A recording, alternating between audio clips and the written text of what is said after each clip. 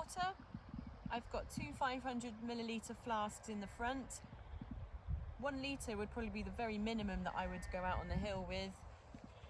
I've got a little pouch here that I could fill up from some fast flowing streams up high that I'd be happy to drink from.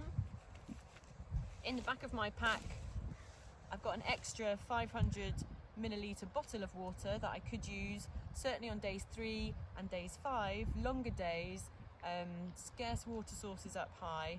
I'm thinking I'll need about 2 litres and be filling up during the day.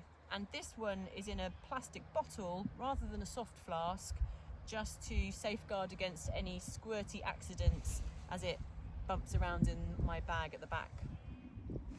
So inside my bag I have a dry bag with a number of mandatory items in, warm items and extra kit that I might need.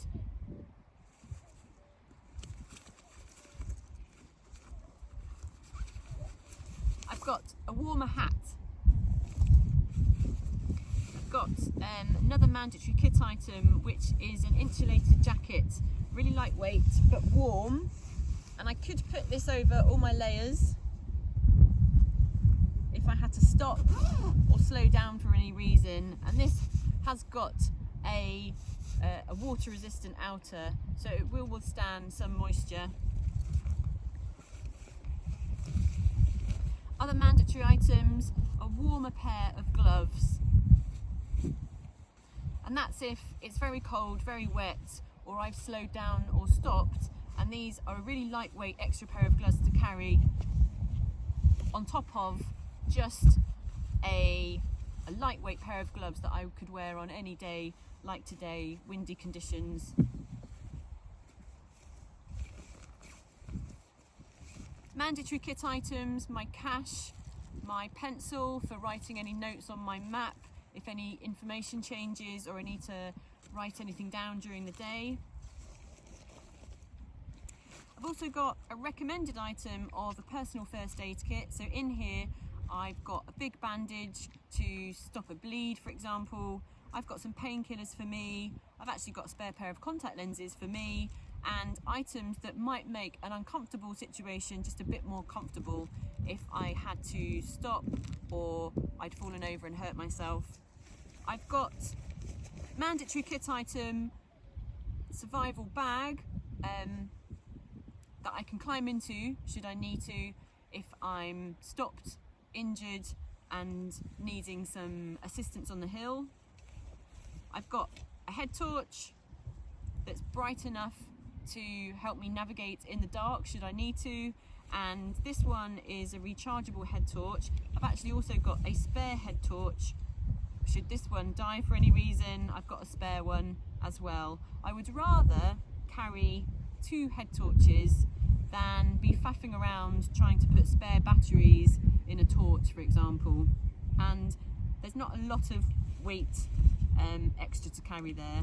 I also carry a tiny charger, mostly for my mobile phone. So for example, if I'm stopped on the hill in an unplanned scenario, I really want to have some battery life left on my phone. So if I've been using my phone too much for checking mapping, taking photos, phoning home, then this for me is something useful to carry. I've also got a couple of buffs for anything really. Stretchy material, could be good for wrapping around a wounded knee, supporting a broken arm, mopping up blood. Shoes, really personal choice. It's quite hard to advise someone else on what shoes they would like to wear, but certainly something with a good rugged sole, and these lugs are really great on wet grass and mud and wet rock. But for certain days I might want a shoe that has a bit more cushioning, still with really good sole, but really comfortable upper, and gives me quite a lot of support during the later stages of the race when my feet are tired and need all the help they can get.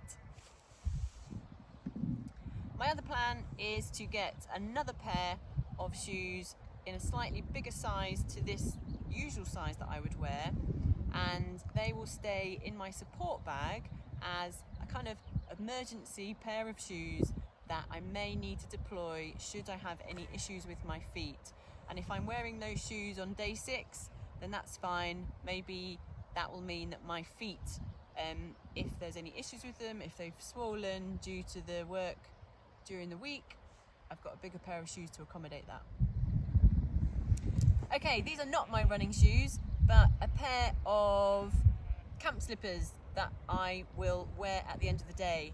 They're big, so they're slightly bigger than my usual size, so I've got a really comfortable area, put a nice pair of thick socks on, and they don't have any holes in them because I don't want to get wet feet on a dewy morning or if the campground is wet.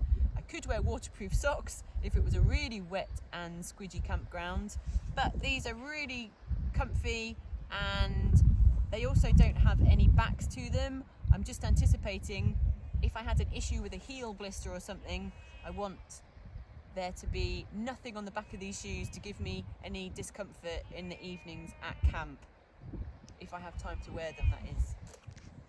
And a couple of luxury items for me. In my support point bag, this is just some face lotion, which I find when I've been running and I've been sweating and my face gets all salty, my skin can get really quite dry and quite sore around my eyes. So just slapping on a little bit of really light lotion can help to kind of clean off all that sweat and salt for me. And luxury item for my overnight bag is a nice quality face protectant cream that is good for lips, eyes, face in general that's been exposed to wind and sun, and that can really help safeguard against kind of cracked lips, dry skin, which can actually become a discomfort over the course of 6 days. So that's my luxury item.